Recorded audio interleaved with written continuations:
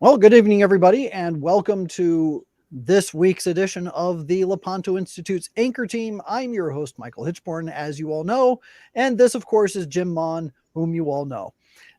So this evening, we've got a kind of a different conversation for you. We're going to be talking about things in kind of a general sense, but also I want to get your feedback. So Jim, who is not feeling well right now, is going to be playing kind of a secondary role where he's going to sit back and kind of take in whatever we're talking about. He's going to watch your comments, bring it all to the front, and we're going to have a conversation that way. And throw sniper shots, stuff like that. That's right. That's right.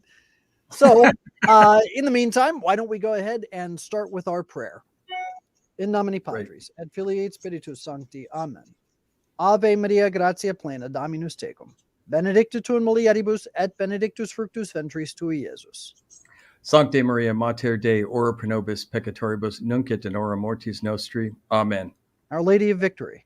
Pray for us. Can we do another quick Hail Mary for my friend next door who's in his 80s? He broke his hip, man, and he had to spend Christmas in the hospital, like weeks in the hospital. Just got out. I saw him really slugging with his walker, man. He is fighting. All right. That'd be great. Thanks. An Ave for him. Yeah. Ave Maria, gratia plena, Dominus tecum. Benedicta tu in mulieribus, et benedictus fructus ventris tui, Iesus. Sancte Maria, Mater Dei, ora pro nobis peccatoribus, nunc et in hora mortis nostri. Amen. In nomine Patris, et Filii et Spiritus Sancti. Amen. Amen. All right. So, couple of notes before we get started. The first thing I want to tell you is that I am absolutely mired in tax stuff currently. So if you send me an email and it takes me a while to get back to you, just realize that I have been buried by the IRS and I am trying desperately to keep my head out of the paperwork. So it's a slog. It takes a while. This also means that your tax letters are being written and they will be sent out shortly as soon as I finish putting everything together. But hopefully within the next 2 weeks, we can get everything done. Okay. Another note, I am still waiting on the CCHD to upload their latest grants list. Several of you have already sent in your complaints to the CCHD going, hey guys, where's the grants list? We're waiting on it. We'd like to know if you could follow those up with phone calls. That would be huge. I did send it out in an email. If you need that information again, I'll send it back out, but it's in one of the newsletters. It was in last week's newsletter. So if you go to last week's newsletter, just look to the second half of the newsletter. All the contact information is right there. And then you can find the numbers to contact the CCHD and give them a piece of your mind. It's always a fun thing to do. Then the last thing I want to tell you about is that we are still working on this report on court aid. It's a lot of information. I have to be able to put it into a format that is easy to digest because I want to send a copy of it to Cardinal Ike, who is he's the Metropolitan Archbishop for the entire country of the Netherlands. He's really the most likely to be able to do anything about it. And because he's the cardinal, he actually has the most authority, which is a good thing. So hopefully we can get something done there. I want him to have the information because honestly, if we can get the Bishops' Conference of the Netherlands to turn to Court Aid, which co-founded Caritas Internationalis and said, you know what, you're not Catholic. And we are revoking your ability to call yourself Catholic. You're doing these horrible things. That would be massive, massive news. Because as a co-founder of Caritas Internationalis, we could then turn to Caritas Internationalis and say, the bishops of the Netherlands just kicked court aid out of their dioceses. What are you going to do, Vatican? So it'll be an interesting sequence of events, I think. Anyway, so that's where we are. If you get a chance, please give the USCCB a piece of your mind. Send them an email, follow it up with a phone call. Let's try and get that grants list out quickly. All right, tonight's topic. We're going to take kind of a 30,000 foot view, and we've done this on a couple of occasions, but it's always a good thing to try and put everything that we know that is going on right now into context. And the context that I'm going to touch upon is one that it's kind of a unique perspective. It's got a pop culture reference. It kind of works with something, an old movie that I'm going to tell you about. But before we get into that aspect, let's kind of do a quick roundup of what has happened or what's been transpiring of late. Now, some of you are aware that there have been recent reports that Pope Francis has been collaborating with big tech and Pfizer to how shall we put this delicately, to clamp down on media outlets who are spreading what they call disinformation with regard to the thing. You guys know what I'm doing.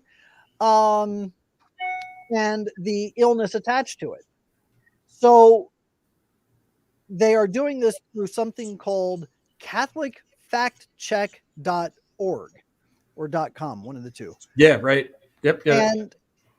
And what they're doing, allegedly, is that they are partnering with Google and with Pfizer and with George Soros. Now, I've read the reports. I have to tell you, I'm less than impressed with the reports because they don't draw direct connections. There's a lot of inference. Now, that doesn't mean it's not happening. It just means that it hasn't been proved. So unless and until that's a very key point. Yeah. Yep. So unless and until it's been proved, I'm not willing to attach my name to it and to say, look, this is what's going on, and these are the proofs that illustrate it. Do I think that there's probably something there? Absolutely. But it's not proved, which is why I'm not putting my stamp on it. But the rumor's there. And the fact that the rumor is in itself believable because of so many other things that are going on, it just kind of gives a sense of what is actually happening in the world around us that would allow us to even see this as feasible. While that's going on, there are rumors that Russia is going to go to war with the Ukraine. Some say yes, some say no. The president of Ukraine says, I don't know what everybody's upset about. Nothing's happening. And there's no sense that anything's going to happen. Putin is kind of sitting off to the side and watching allied airplanes, fighter jets, fly overhead over his airspace, buzzing his territory as if to provoke. We've got Joe Biden talking tough, as tough as a senile old man can talk. Of course, he's doing so from not the White House, whatever bunker he's hiding out in. And all of this seems to be a massive move to distract us from certain things that are going on regarding this thing, the thing that goes in your arm. The thing. Yeah, the thing. We'll just call it the thing. It's to distract us from the thing and the issues surrounding it with regard to injuries, with regard to deaths. All of those elements are things that are being talked about, and it seems to be the only thing that anybody wants to talk about. So what happens? You get a little bit of wag the dog action going on to try and start a war with Russia, of all people. Russia, really? Yeah. So on top of that, we've got 500,000 truckers that showed up in Canada. Right. Now, Canada's shipping industry is all trucking. Here in the United States, it's a combination of trains and trucks. A lot trains, mostly trucks. But we've got a combination of both. But in Canada, it's all trucks. And these truckers all went to where was it? Did they go to Ottawa? Ottawa. They went to Ottawa. Yeah. By the way, they're doing it in Australia too, Hitch. I was just going to bring that up. Oh, okay. Yep.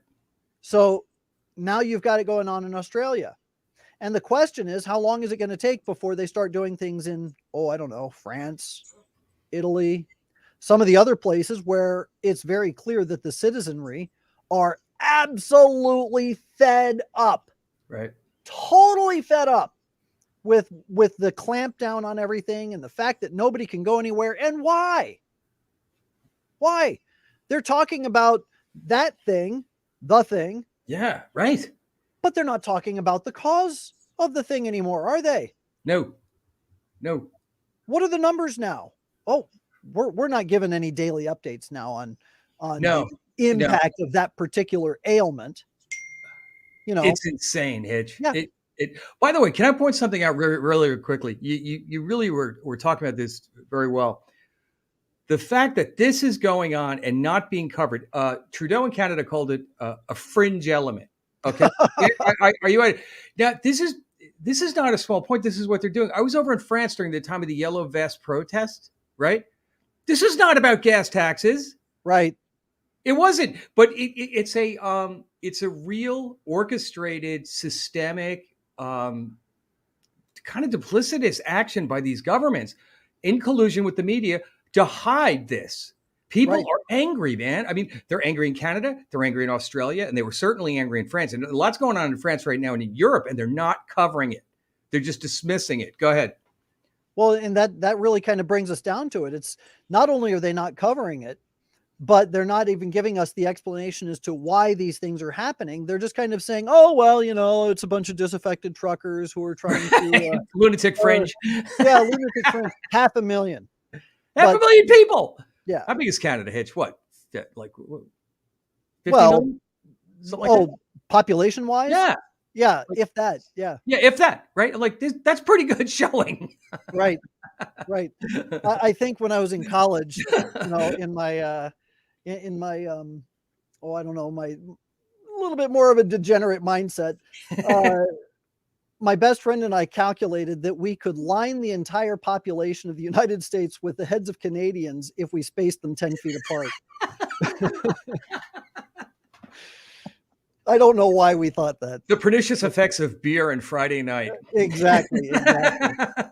But so anyway, the point is that this is not a lunatic fringe, and this is a very real movement against a very serious problem, and the people of Canada have had it. And you can't convince me by any stretch that Trudeau actually won his last election. I don't believe that for a second. I didn't follow it as close as I did the United States election. Could you expand on that a little bit? Yeah, I mean, it's the same thing that happened in Venezuela. The same thing? Yeah, I mean, Chavez really won. Yeah, 90%. 90%. And he was universally reviled by the people of Venezuela. No, this is how communism works. They go to take power, they take a key position, and then they use whatever small but highly organized and orchestrated subset of people they possibly can to keep and maintain that power. That's all that happens. That happened in Venezuela. It happened in Canada. It happened here just about a year ago. So all of these things, it's not just a small disaffected part of the population. It's a large portion of the population. They're upset. Sure. So then, just stepping back and looking at an even broader perspective. So this is just what's happened in the immediate, right? In the larger sense, what's going on in our own church? We have in the United States a highly orchestrated collection that takes up millions of dollars every year in order to turn around and give it to Saul Alinsky's community organizing groups. Okay. These collections go to organizations that are actively and directly fighting against the church. You also have Catholic Relief Services, which is one representative of an entire problem with regard to Catholic aid development and justice and peace stuff. Catholic Relief Services, as you well know, has been heavily involved in the promotion of contraception and condoms and even abortion to some extent, and homosexuality worldwide. And it implements their programs of the U.S. government that are population control in nature. We've proved this time after time, but it's not just CRS. Okay, as I mentioned to you earlier, it's also CordAid, which is directly partnered with Planned Parenthood for a program that is designed specifically to introduce young girls as young as 10 to condoms, contraception, and Planned Parenthood. Caritas Internationalis. CordAid was a co-founder of Caritas Internationalis. Caritas is run out of the Vatican. The current head of Caritas, the current, what do they call it? The cardinal in charge, I suppose. I don't know what his prefect maybe is Cardinal Louis Tagle, who is often referred to as the Asian Pope Francis. He's in charge of Caritas, and Caritas is actively involved in all sorts of stuff. We have a document from Caritas from 2004 that talks about global governance. Okay, they want to create and maintain a systematic global governance. On top of this, we also have discussions about a Great Reset going on at the World Economic Forum. Klaus Schwab and his coterie of super villains who have nothing but time and money to Dr. Evil. Yes. They are trying to destroy everything that Christendom once was. That is not an overstatement. Okay. And they're telling you they're going to do it on their website and what they want to do. And Pope Francis is playing right along. We've got issues with the whole environmentalist nonsense. Environmentalism is nothing but a bludgeon in order to beat the West over the head so that we lose financing and a financial support base in order to fight against what the communist liberals are trying to do. Yes. They are trying to put a clamp down on the big industries that have always been traditionally conservative. They want to, they're doing to them what they did to the tobacco companies. Okay. The tobacco companies, and I don't want to exonerate them entirely because yes, there was an issue with tobacco, and they did, yes, suppress what tobacco does. But why did the left go after tobacco? It wasn't because people were getting cancer from cigarettes. It was because the tobacco companies were by and large highly conservative. And so once again, the left was trying to break their power base, get them to lose money, and they won't be able to fight us as hard. Okay. It's always about the money. Right. So environmentalism, the whole environmentalist thing. What is big oil? Big oil, by and large, except for the Rockefellers and, you know, some of the, I'm trying to think of some of the other industrial leaders who are basically communists in top hats. Right. Maybe the Koch brothers? No, not so much. No. More, I mean, the Rockefellers and the Carnegie, you're talking about the Gilded Age, right? Carnegie, Vanderbilt, right? Those guys, JP Morgan. They were big industrialists, but they were capitalists with a capital C. Oh, yeah. They weren't entrepreneurs. They weren't industrial leaders that were. They wanted monopolies. Yeah.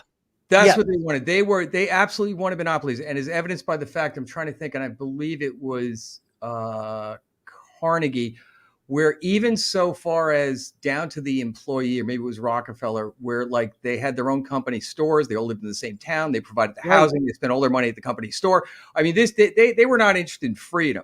They were interested in monopolies. And keep in mind that it was those guys that met on Jekyll Island. Yes, it was. As a matter of fact, that's very good, Mr. Hitchborn. And I happen to know about that, 1910. Yeah. And it was the, can I go into that for one second? Go right ahead. Because, man, I got to tell you, I find this brilliant.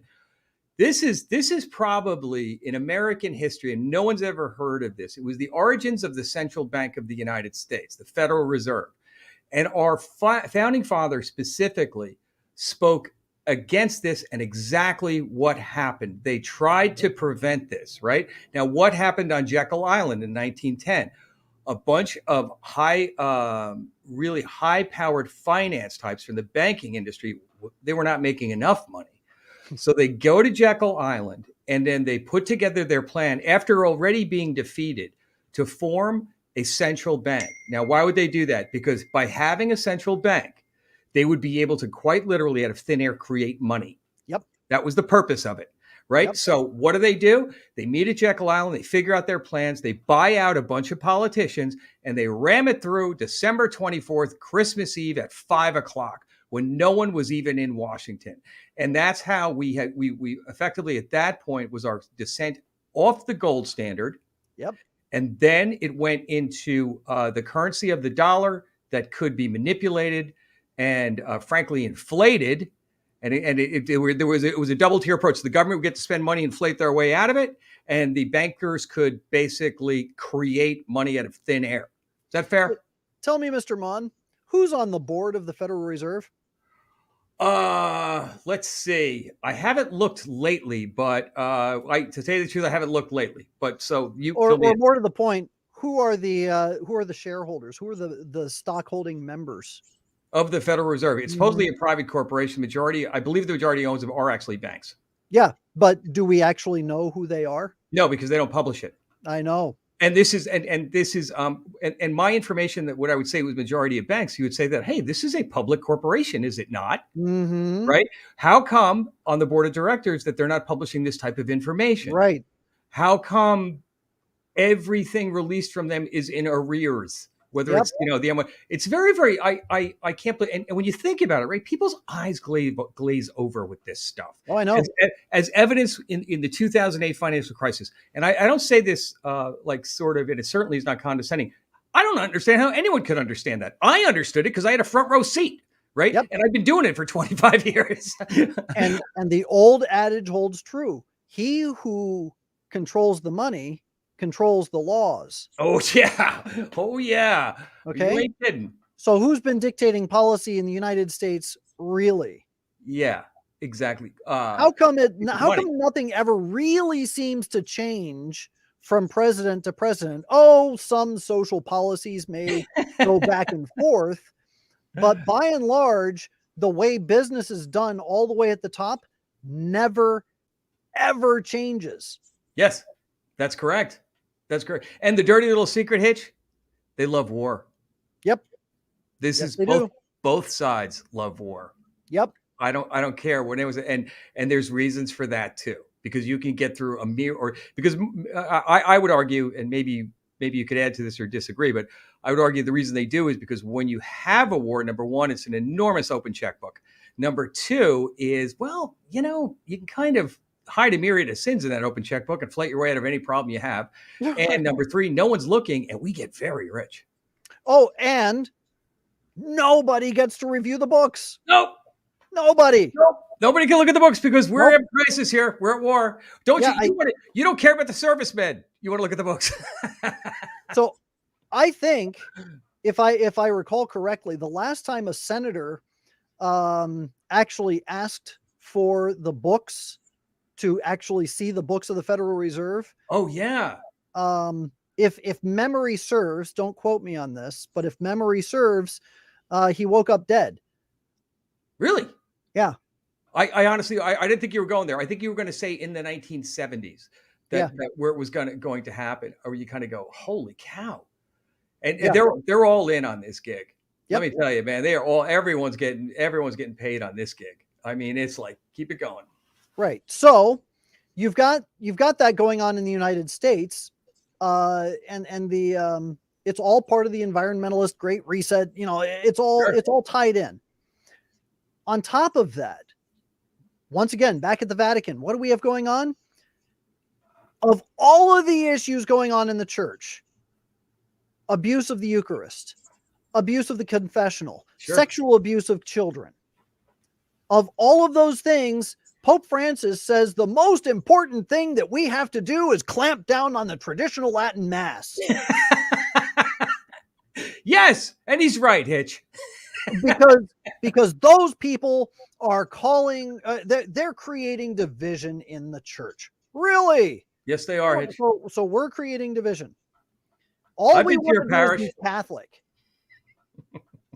I don't know about you. All I want to do is save my soul. I'm not interested in fighting other people. That's crazy talk.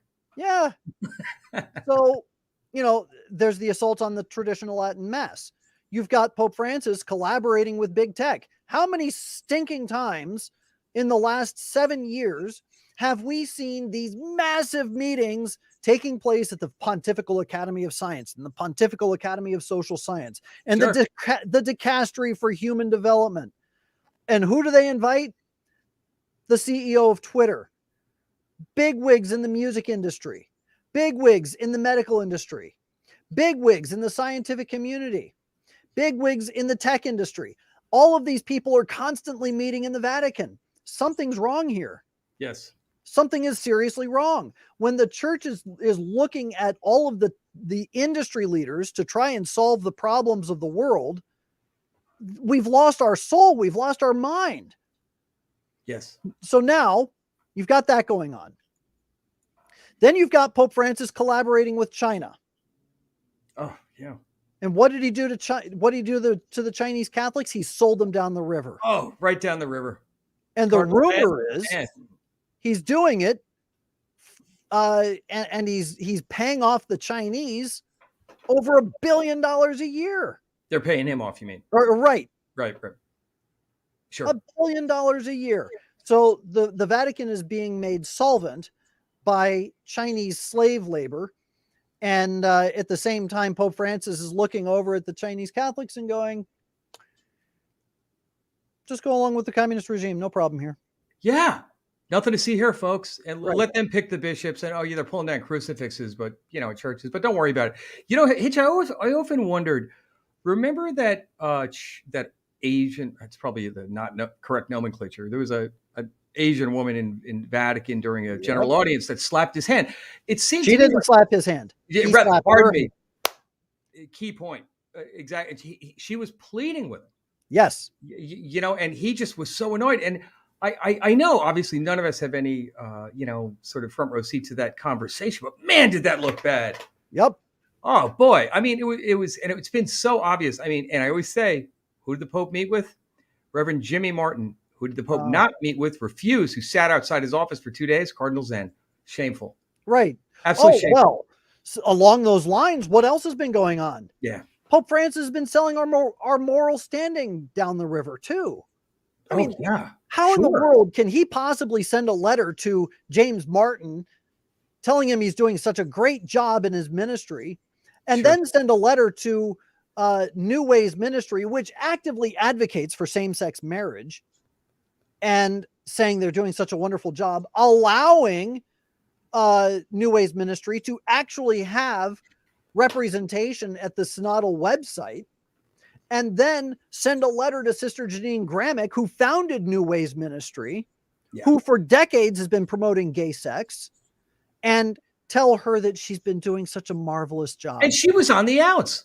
For years. Even the USCCB condemned New Ways Ministry. I mean, what's happened? Cats are chasing dogs. I mean, it's anarchy.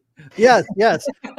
Cats and dogs living together, pure chaos. Together everywhere, man. This is just insane. Tell them about the Twinkie. So, on top of that, I mean, it just gets worse and worse. But we also have Pope Francis signing a document with the leaders of Islam and Judaism in Dubai that effectively says that Judaism, Christianity, and Islam were all willed by God by the same will by which he created men and women. Do you know that? Yeah, sure. Why wouldn't it, Hitch? And what's the point of this then? This is insane. What is the point of all that? Why would you even be Catholic? I mean, this is crazy. So there is no absolute truth anymore. Right. You know what? It reminds me of Medjugorje, actually. And I don't know how anyone follows that. I hate to bring that up, but I'm like, guys, really? I meet very nice people, earnest people going, Yep. I'm going, my son wills all religions. What is wrong with you, man? I mean, honestly, you know what I mean? Yep. And look, there may be some people out there. I've heard about the convert. I get all it, but I'm like, I don't know. That kills the deal for me. Go ahead, Hitch. Sorry. Yeah. Well, you asked the question, and I think it's a valid one. What's the point of all of this? Where's all this going? Right. Why is this happening? Okay. And I think that's the question that's preeminent on all of our lips. Now, what I can say for sure is that all of this is interconnected. This isn't happening in a vacuum. Okay. Yes. All of the things that we just brought up are all interconnected in some way, shape, or form. And it seems that it's all connected to one central point, and that is the Vatican.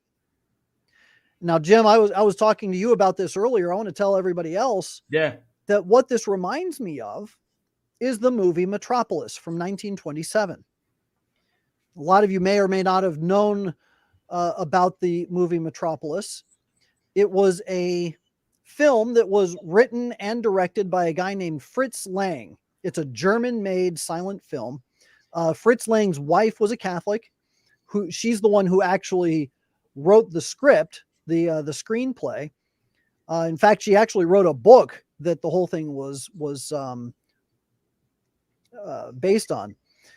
And the movie Metropolis, it's one of those masterpiece films that is always at the top of every movie chart that you'll ever see. It's one of the most influential movies of all time. Even the robot in the movie Metropolis was echoed in C-3PO, the robot in Star Wars, the golden robot in Star Wars. Wow. The design of that robot was a nod to the robot in the movie Metropolis. No kidding. Not kidding at all. Oh, wow. This movie had a great deal of Holy Redeemer asks, have I ever seen Dark City? I have seen Dark City, and it's a very interesting film. But I want to get into Metropolis because there's a point to it that I think ties together everything that we're seeing in a very interesting bubble. The movie Metropolis centers around two different worlds, as it were. There's the world above, and then there's the world below. The world above is this thriving metropolis. Everybody is living high on the hog. It's all luxury all the time. People have time to fritter their time away, to just enjoy the things of the world. They have all the greatest technologies. They have all the greatest transportations. They can do whatever they want. And people just enjoy life in this metropolis. And in the metropolis is run by a guy who's simply referred to as the mayor. And the mayor's son, the movie opens, the mayor's son is chasing around a bunch of girls in a garden, and he's enjoying his time with them. And then this other woman comes up and an elevator door opens. And when she steps out and she has these children with her. Now, the mayor of the metropolis is upset. He wants to get rid of her. He wants to kind of shuffle her off. Get rid of her. And his son notices her. And the thing that he notices about her is how beautiful she is. Who is this woman? What is she? Why is she here? What's going on? Who are those children? Pay no attention to that. Pay no attention to the man behind the curtain. So the son of the mayor is very interested. So he tries to figure out what's going on. He makes his way down to where this woman is. She's down beneath the metropolis. And there's this scene where you see all these workers beneath the metropolis, and they're throwing switches and they're throwing gears and they're doing all sorts of work, and it's hot and it's very difficult. And then there's a lot of apocalyptic imagery throughout the film. And one of the images is all of these workers making their way up a set of stairs, and they're kind of marching in lockstep. And the stair at the top of the stairs is this doorway, and then there's this machine and everything else. But then the scene kind of transitions, and the people that are marching up are walking their way into the mouth of this giant idol, and they're going in as if it's eating them. And yeah, I mean, it's kind of surreal, but it's really vivid. And he sees this, and he goes and he looks for the woman, and he finds her, and he sees her preaching to all of these poor people beneath the metropolis. And he's just kind of enraptured with the power of what she's saying, and everybody down there is listening to her preach, and they're on their knees and they're praying. Next to her are these 3 crosses. Okay. And so, yes, I do believe Metropolis is on YouTube. So if you wanted to watch it, you could watch it on YouTube. So next to her are these 3 crosses, and he's just totally captivated. And he goes upstairs, goes back up to the Metropolis, and he tells his father about this underworld that's going on, and you know, the plight of these people down there, and things are terrible. And the imagery of the 2 worlds really is that there is no creation of wealth, that wealth, like power and like energy, can only be transferred. So you can only transfer wealth, power, and energy from one source to another. And in this metropolis, they have simply transferred power from that which is below to that which is above, so that the people above live high on the hog and people down below are not living so well. Kind of like the difference between the United States and China. And how the United States is powered very much by the plight of the people in China. Kind of an interesting dichotomy. Now, what else is interesting is that the metropolis, or the mayor of the metropolis, is kind of upset. He's actually very upset that his son has now been introduced to this whole world, and he sees what's going on with this woman down there, and he wants her taken care of. He doesn't want her around. So he goes to this mad scientist. Now, when I say mad scientist, we're talking like the white lab coat with the latex gloves and the crazy hair. And he's got these big, thick goggle glasses. And he goes to this guy and he says, look, I have a problem. I have this woman that I need to get rid of, and I need you to do something about it. So the scientist says, well, it just all turns out I have this robot. And he points out this robot. And what you see with this robot, the robot is sitting on a throne-like chair. And behind the robot is an inverted pentagram, a 5-pointed star with the point right down behind the back of the robot's head. So now we're starting to see there's a connection between the pseudoscience and the occult, right? So then this scientist rubs his hands and he says, yes, I know exactly what we have to do. We have to have this robot who is going to then take on the personality and the appearance of Maria and take her place. So the scientist then goes off on this big plot to kidnap Maria. We find out that her name is Maria, by the way, the woman's name.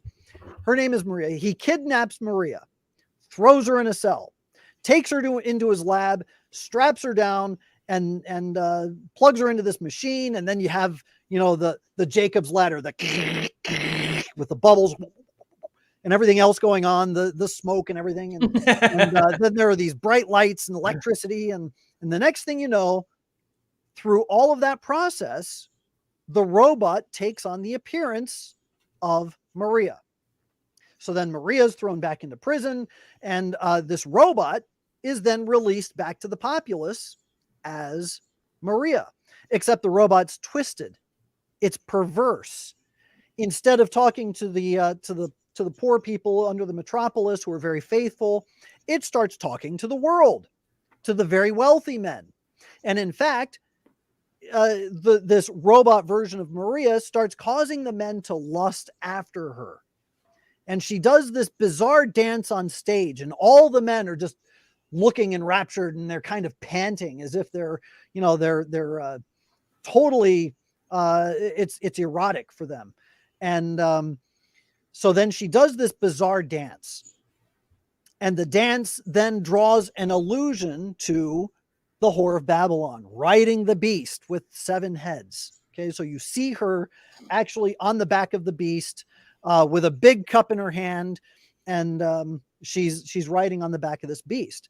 So I'm not going to spoil the end of the movie. You'll have to watch it. But the point of all of this, the reason that I say that everything that we talked about up until this point makes me think of this movie is because of the obvious allusion that Maria has to a false church. Maria represents the church. She's not the hierarchy of the church. You know, she's not, she's obviously not a priest, but she's preaching, she's talking, and she's educating the people who are listening. Okay, telling them about the glories that await them. And as a representative of the church, the people attend to her, right? What happens when you have a false church?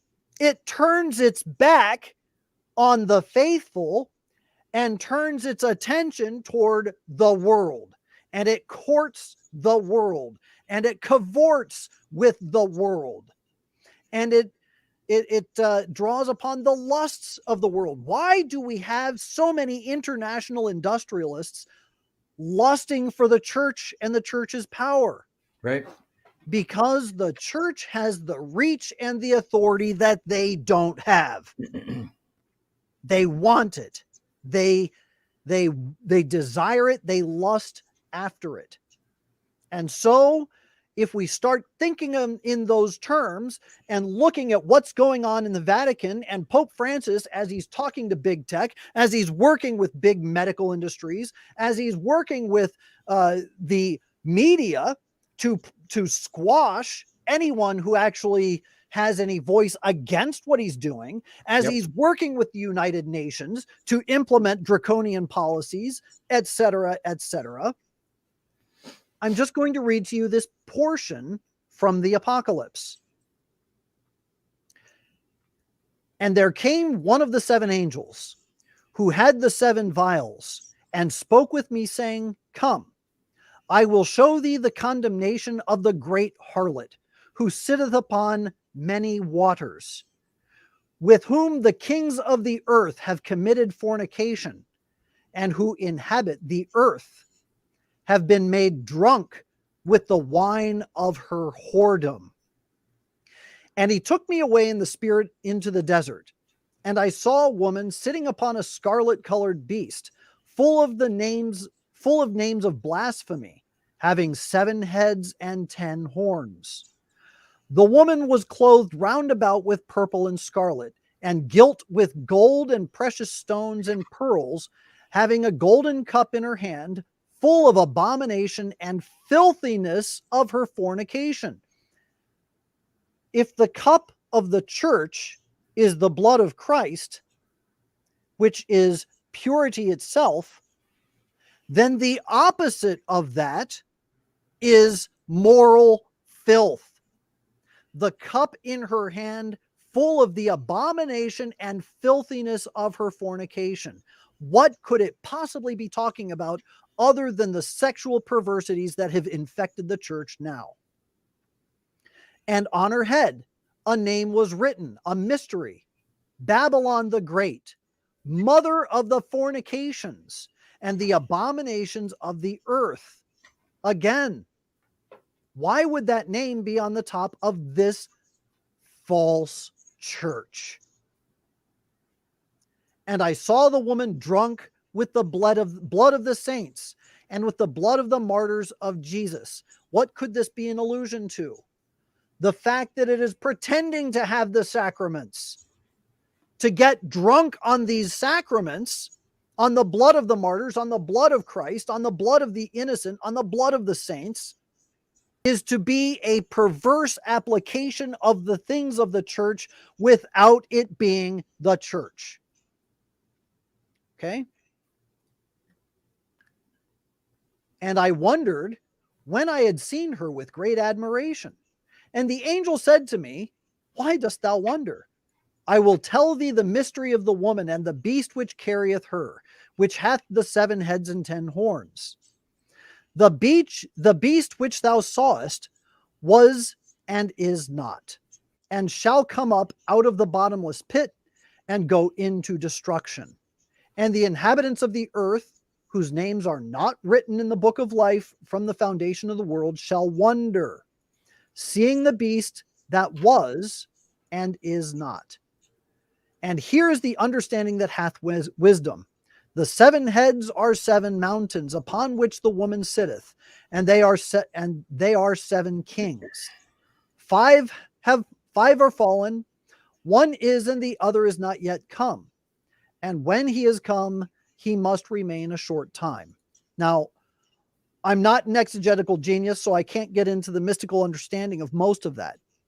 But what I can say is that everything that we are witnessing right now in the church, in the world, in the community that we have surrounding us, and the culmination of the crisis that we are up against, what I can say is that, like the movie Metropolis, what I believe we are seeing is an ape of the church, which by definition would be a whore. It would be a whore. And Pope Francis represents that whore. He is whoring the church. He is prostituting the things of the church. He is prostituting the moral authority of the church. He is prostituting the treasury of the church. He is prostituting the inheritance that is owed to you and owed to me by virtue of our being faithful Catholics, members of the body of Christ. That's prostitution. Yeah. So I kind of wanted to take everything that we're seeing and put it into its proper context. I'm not going to get into questions of legitimacy or authority or ability to do this or that. But in taking a step back and looking at the situation for what it is, we can very easily define what we are seeing and what we are experiencing as a form of prostitution. And what goes along with prostitution? Rape. It's rape with money. That's all it is. So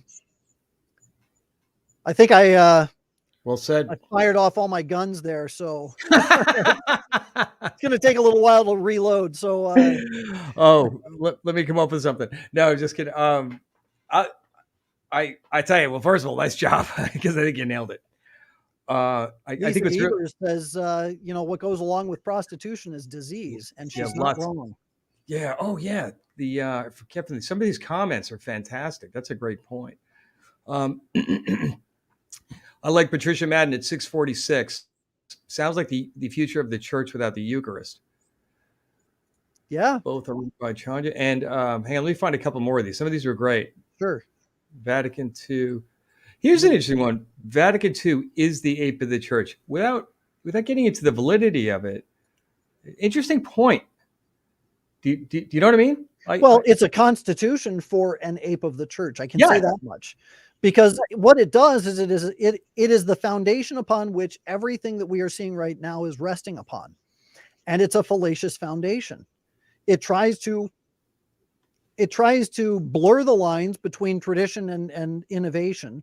It tries to seem as though there is a continuity when in fact there is a rupture.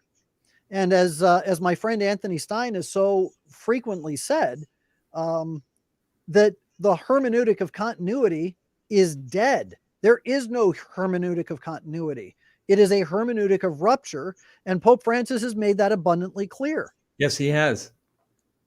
Yeah, hey, I think that's Bergoglio setting up the ape of the church via his one world church. Again, arguably, good. Yep. And again, it's always worth mentioning too, Hitch.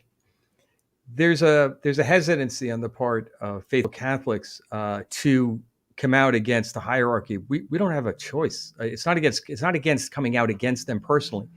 It's against refuting what they are saying and what they're doing. We have an obligation to do that. Not only that, but we also have to remember we're not coming out against the authority of the church, because right. No, not the church. Right. Right. We're not even coming out against the authority of the church. Yep.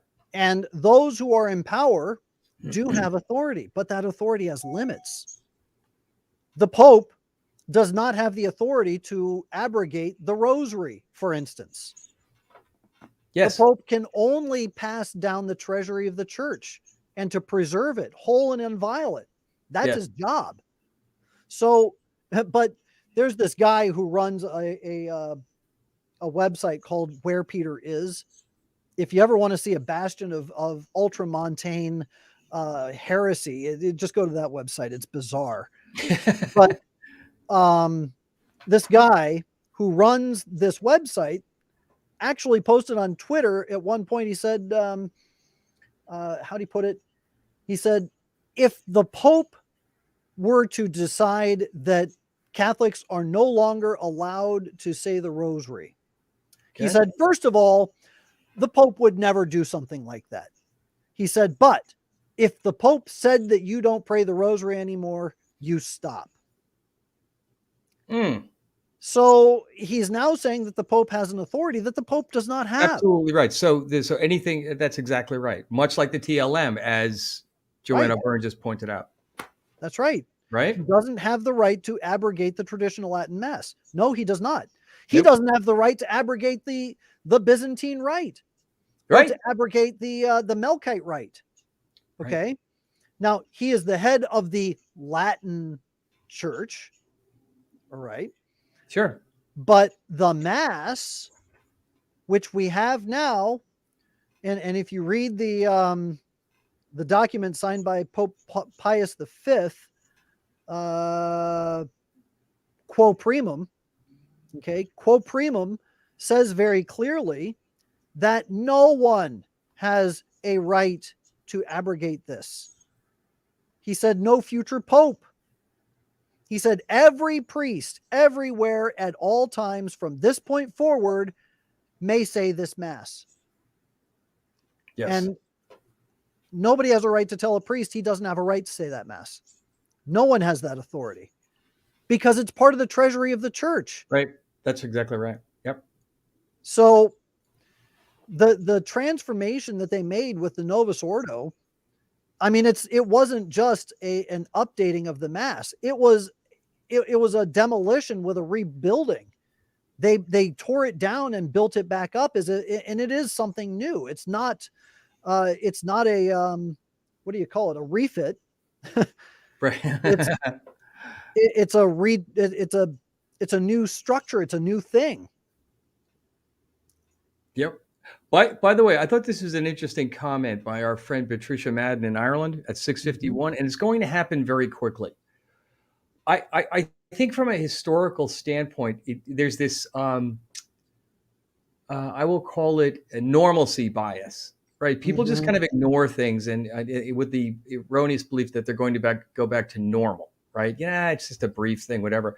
And I think that is that's a very large error, because I think these things have to be fought against. Because when it happens, to Patricia Madden's point, it tends to happen quickly when things really implode, Yep. And boy, it just seems to me, I don't think that's a stretch when our current Pope has gone out of his way to persecute the treasury of the church, right? The traditional Latin Mass, right? Let's start there. And effectively has not only watered down, misspoke about the tenets of the church. I don't even think watered down strong enough. I mean, I absolutely misspoke. And when you have all of these things in place going on incrementally, and then simultaneously, little by little, it builds up steam, and then things get bad. So stay close to your stuff. I'm serious. Like stay close to the sacraments, and and buy 6 months of food and water and ammunition. Just throwing it out there. Right. Beverly said that her husband thinks it could take 100 years to resolve. I think it's going to happen a lot faster than that. Yeah, I mean, it could, but I doubt it myself. Just that we both have opinion, we have our opinions, right? I'll go back to the statement I made earlier about power is only transferred, just like wealth is only transferred. You can't create new wealth. What happens when you start creating wealth? Jim, you know all too well what happens when you start creating wealth. You water it down. Okay, it loses its value, right? Right. It which actually ties in very nicely to our Jekyll Island discussion. Right. So for example, if you have, and again, the gold standard, right? It's a great tie-in. Correct me if I'm wrong. You have the gold standard in the monetary policy. Well, wealth, in fact, actually can be created. However, right, we cannot create the wealth that is artificial. Right. So that gold, for example, is tied to the dollar. Well, the value of that gold, which is finite, will increase. Yep. We're not creating anything, right? In the sense of we're not out of thin air, which is what they wanted to do. So that, and I think that's what you're referring to. You can't create. Well, I'll take it another step. The value of the gold doesn't increase. The value of the gold remains the same. Yes, you're right. Actually, what happens is the value of the dollar decreases. Yes, that's right. And that's because exactly the value, so the value of the gold it's right here. It remains there. You print more money and the value of the money goes here, which makes it look like the value of gold goes up. But really what's happening is the value of the dollar is going down. So you have this impression that, oh, wow, gold's really going through the roof. We've really, invest in gold, go, go, go, go, go. But really all it's happening, it's inflation. Right. The value of the dollar is going down. And so the standard remains the same. What happens when you print money? The first round of printing, the first people to get a loan from a new print, they go out and they buy stuff at today's price. Once that money goes into circulation, the value of the goods goes up, right? Or the price of the goods goes up. Sure. So everybody else now has fewer dollars because they now have to pay more in order to maintain the cost of living. So the first round of money, the first round of the print, they are the ones who brought the inflation. This is why inflation is viewed as a good thing by those plutocrats. Sure, government. They love inflation. Government. They love inflation. Yeah, they love it. They can spend whatever they want. Yep.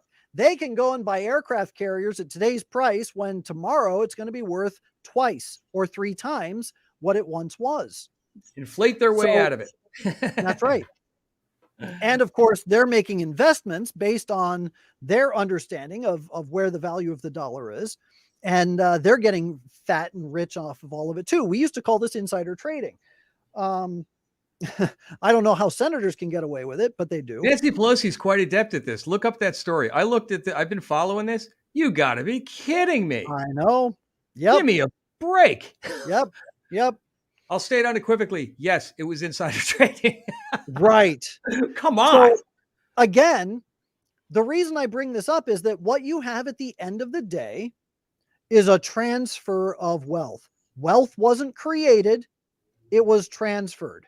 Right. So the use of inflation as a bludgeon to transfer wealth from the middle class, because who has to pay back all the debt?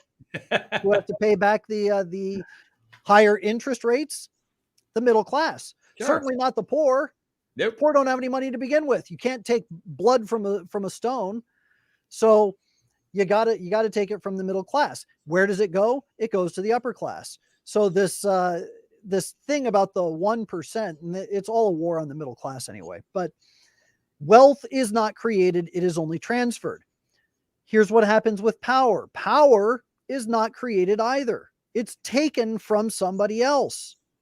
If Pope Francis is going to declare that he now has the authority to dictate how individuals are going to pray, then what you have is him stealing authority or taking power, transferring power to himself that he doesn't have. And people that go along with it are part of that transformation, that acquisition of power on the part of someone to whom it is not owed. So we have to think in terms of how power, how wealth is transferred and not created. And we have to understand the limits of power and the limits of wealth and where those limits are and how it works. Because once we understand that, you can see past the illusion and you can say, you know what? We've been bamboozled and this is how. Yeah. Well said, Hitch. Actually, right. I was very good, sir, by the way. Oh, thank you. If I may. You know. I might have taken a course in economics at one point. That's pretty good. Yeah. I'm not an economist, but I do play one on TV. I do play one on TV, but I'm pumped. So, with that said, it is now 7:00, and I just heard my family get home, so I'm going to get upstairs to go see them. So, why don't we go close out with our prayer, and we're going to say 2 Hail Marys, one to close out, but also one for my friend Ray Flores, with whom I've worked for 10 years. He's lived a hard life, but he is dying. He's got kidney and liver failure. So we're going to say a Hail Mary, and then we'll say a Hail Mary for him, and then we'll close out. Sure. Let's do that. In nomine Patris, et Filii et Spiritus Sancti. Amen. Ave Maria, gratia plena, Dominus tecum, benedicta tu in mulieribus, et benedictus fructus ventris tui, Iesus. Sancte Maria, Mater Dei, ora pro nobis peccatoribus, nunc et in hora mortis nostri. Amen. Ave Maria, gratia plena, Dominus tecum, benedicta tu in mulieribus, et benedictus fructus ventris tui, Iesus. Sancte Maria, Mater Dei, ora pro nobis peccatoribus, nunc et in hora mortis nostri. Amen. Our Lady of Victory, pray for us.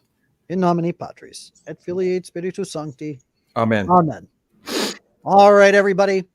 God bless you. Have a great weekend, and we will see you all, I think, next week. Let me make sure. Right. It's next week. It's going to be my birthday. All right, Hitch. I don't know. I might be too old to do this.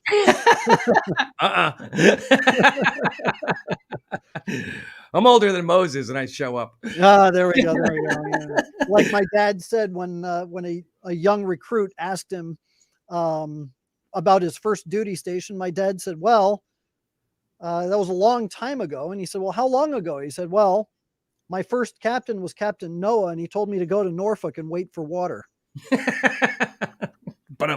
Yes. Awesome. So, all right. All right. Have a great weekend. God bless you all. We'll see you all next week. See you guys next week. Bye.